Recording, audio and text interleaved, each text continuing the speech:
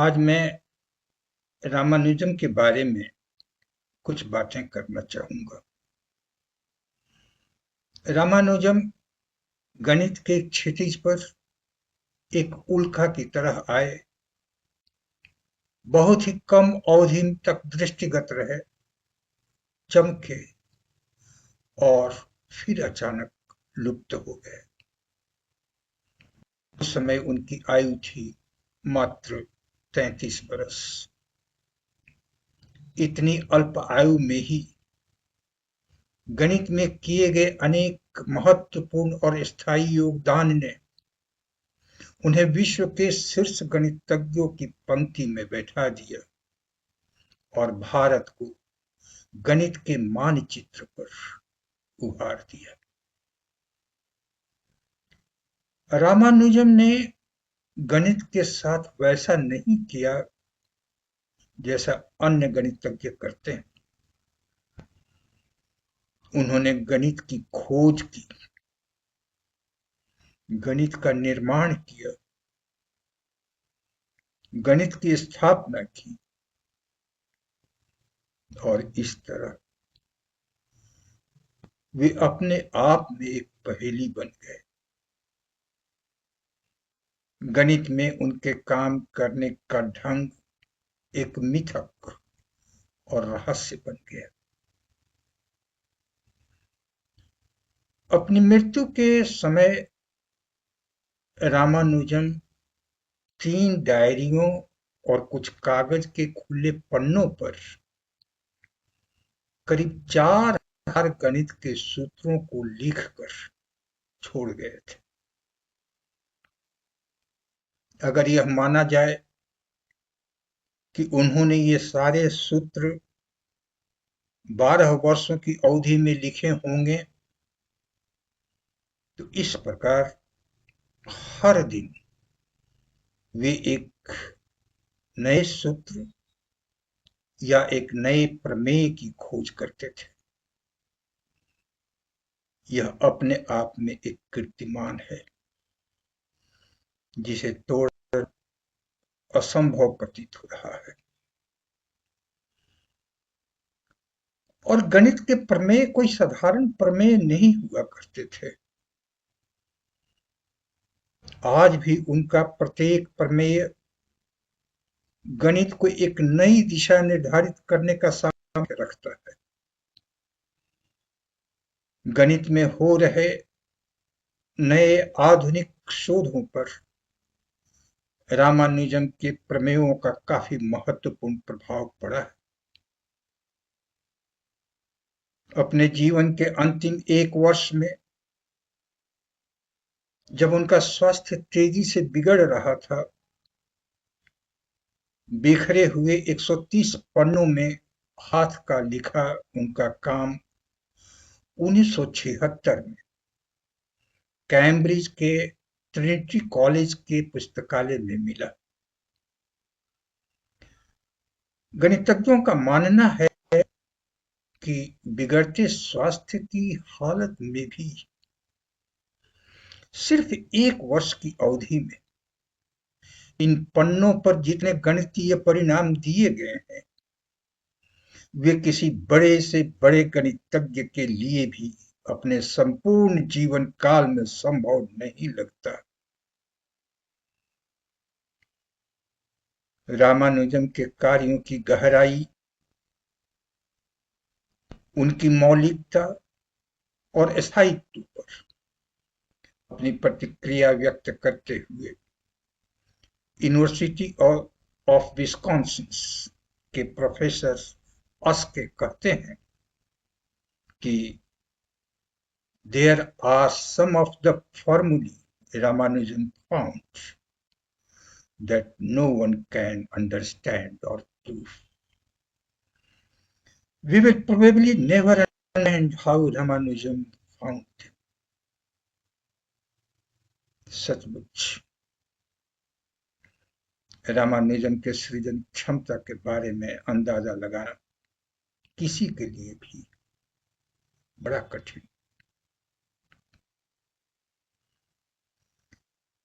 रामानुजम को ऐसे मेधावी ख्याल आते कहां से थे?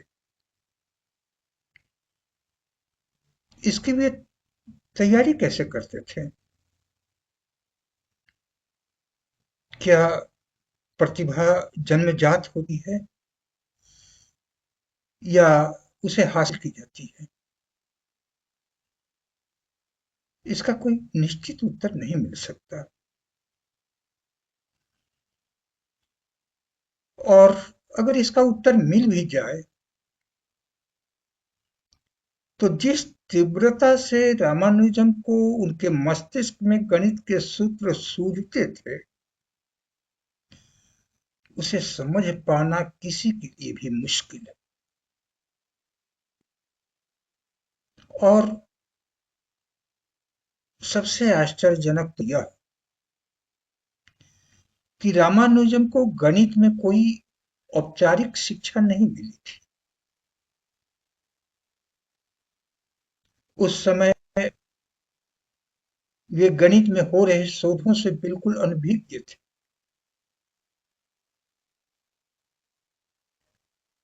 उन्होंने गणित के सूत्र के ऊपर सूत्र लिख डाले, बिना किसी प्रमाण के, बिना किसी अवकलन के, बिना किसी कैलकुलेशन के।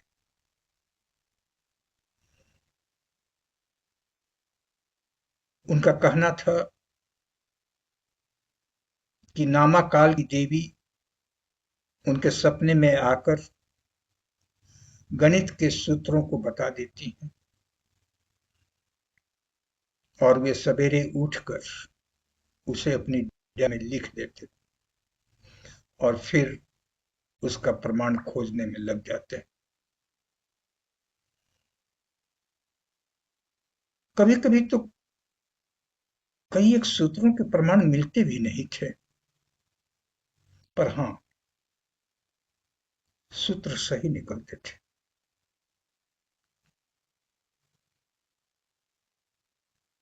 कैम्ब्रिज में सांख्यिकी के प्रोफेसर पीसी महालनोबिस रामानुजन के समकालीन थे। रामानुजन के साथ घटित कई घटनाओं का जिक्र वे अक्सर किया करते थे। डॉक्टर एस ई रंगनाथन ने इन घटनाओं की चर्चा अपनी पुस्तक Ramanujan the man and the mathematician में की है। इस पुस्तक में वर्णित एक घटना की चर्चा प्रोफेसर सीआर राव ने अपनी पुस्तक statistics and truth putting chance to work में की है, जिसे मैं आपके साथ साझा करना चाहता हूं। एक बार प्रोफेसर पीसी महालनोबिस रामानुजन के कमरे में गए। उनके हाथ में एक पत्रिका थी जिसमें पाठकों द्वारा हल करने हेतु कई गणित की पहेलियां दी हुई थी। उस समय रामानुजन खाना बना रहे थे। प्रोफेसर महालनोबिस वहीं एक कुर्सी पर बैठकर पत्रिका के पन्ने पलटने लगे।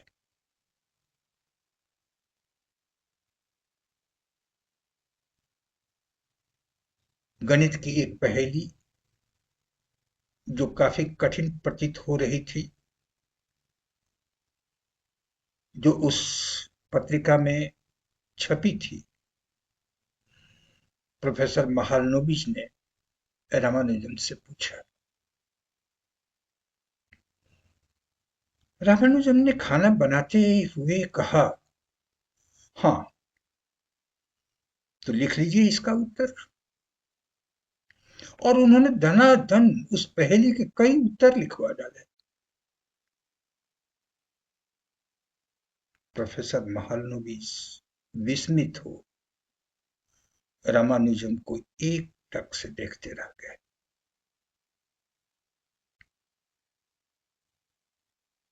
रामानुजन ने अपने अधिकतर गणितीय सूत्रों को बिना प्रमाण के अपने नोटबुक में लिखा। वे सारा कैलकुलेशन स्लेट पर पेंसिल से करते थे और प्राप्त अंतिम सूत्र को अपने नोटबुक में लिख देते थे। यह पूछे जाने पर कि वे वैसा क्यों करते हैं, उनका कहना था कि उनके कैलकुलेशन के लिए उन्हें प्रति सप्ताह 3 रीम कागज की आवश्यकता होगी, जिसका खर्च वहन करने के लिए उनके पास पैसे नहीं हुआ करते थे।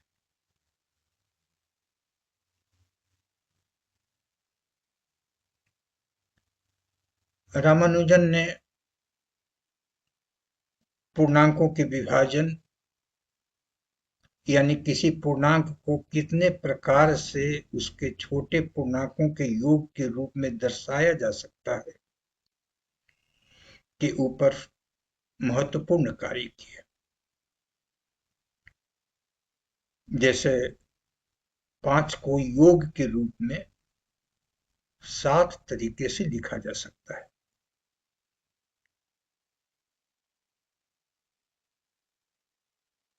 पांच एक हुआ, 4 जोड़ 1 दूसरा, 3 जोड़ 2, 3 जोड़ 1 जोड़ 1, 2 जोड़ 2 जोड़ 1, 2 जोड़ 1 जोड़ 1 जोड़ 1, 1 जोड़ 1 जोड़ 1 जोड़ 1 जोड़ 1। इस प्रकार ये 7 तरीके हुए। उन्होंने विभाजन का सर्वांग सम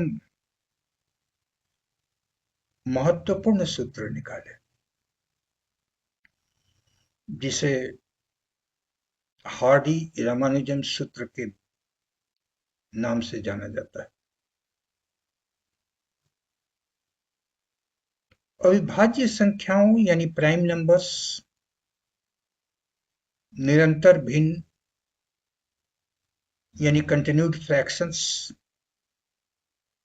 पाई और असीमित श्रेणी यानी इनफिनाइट सीरीज पर रामानुजन के कार्य काफी महत्वपूर्ण रहे।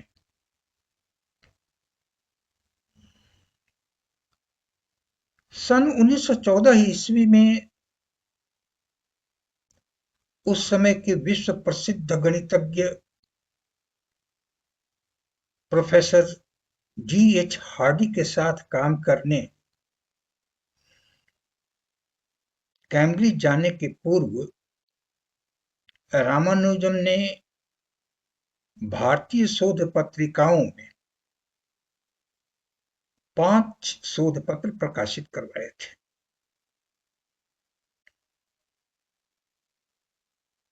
अकेले अपने द्वारा और हार्डी के साथ मिलाकर उनके कुल 37 शोध पत्र प्रकाशित हुए। इतनी कम अवधि में वर्षवार उनके प्रकाशित शोध पत्रों का विवरण इस प्रकार रहा।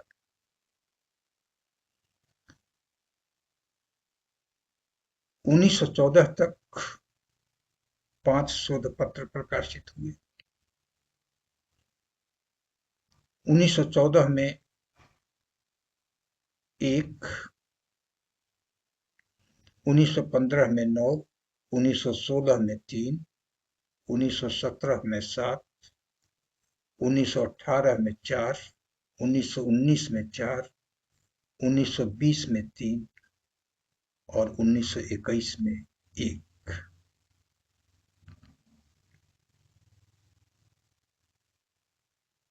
रामानुजन की मृत्यु 1920 में 33 वर्ष की अवस्था में हुई। अपने जीवन के अंतिम 2-3 वर्षों में बिगड़ते हुए स्वास्थ्य की हालत में भी उन्होंने भयंकर कार्य किए, जिसे अपने नोटबुक में लिखकर छोड़कर चले गए। आज यह नोटबुक गणितज्ञों के लिए संख्या शास्त्र में काम करने के लिए एक सागर बना हुआ है, जिसमें से गणितज्ञ तरह तरह के रत्न निकालने में लगे हुए हैं। सचमुच रामानुजन विलक्षण थे। गणित के क्षेत्र में उनके समानांतर आज तक न कोई हुआ, और ऐसा लगता है कि आगे भी होना मुश्किल। न भूतो न भविष्यति। अद्भुत, अलौकिक, अद्वितीय, असमानांतर, अविश्वसनीय, ऐसा महामानव शताब्दियों में कभी कभी पैदा हो जाता है। धन्यवाद।